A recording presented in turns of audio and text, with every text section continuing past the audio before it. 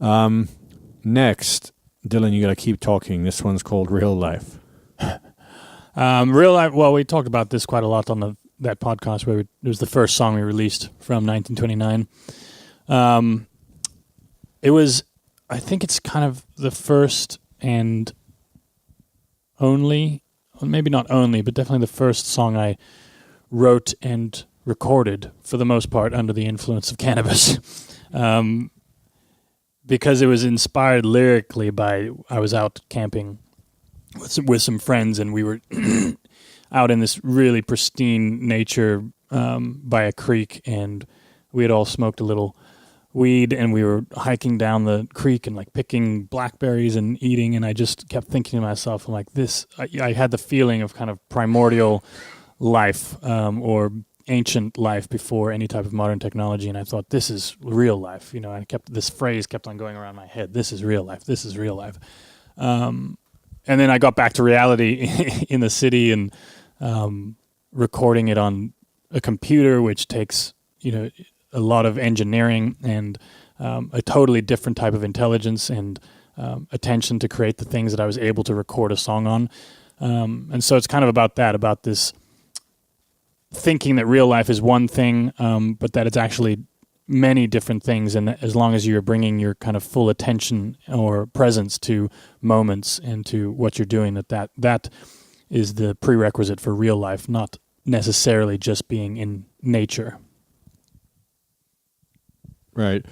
We didn't end up playing this one live much. It just didn't fit in the set for most of it. We did do an acoustic version of it.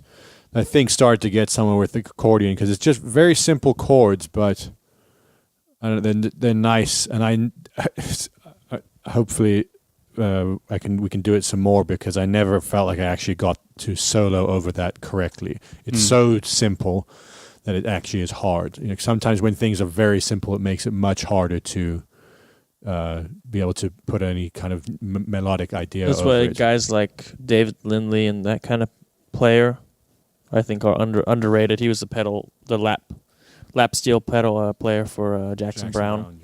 Because it'd be simple chords or kind of predictable melodies, and even though his playing is kind of referencing the melody, but it's just super tasty, good playing.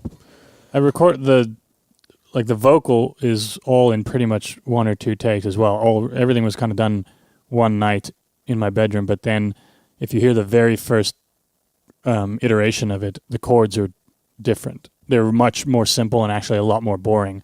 And when I went back and listened to it, I thought there's something really missing in the harmony. And then that one chord change on the word real life came in. Yeah. That we were saying about David Lindley, the real test of like jazz musicians is their ballad playing. And that's where you kind of separate the men from the boys, as they say, because everyone that's halfway good can kind of bullshit their way through a fast solo, but when you slow things down to a crawl, it kind of highlights all the inadequacies. Mm-hmm.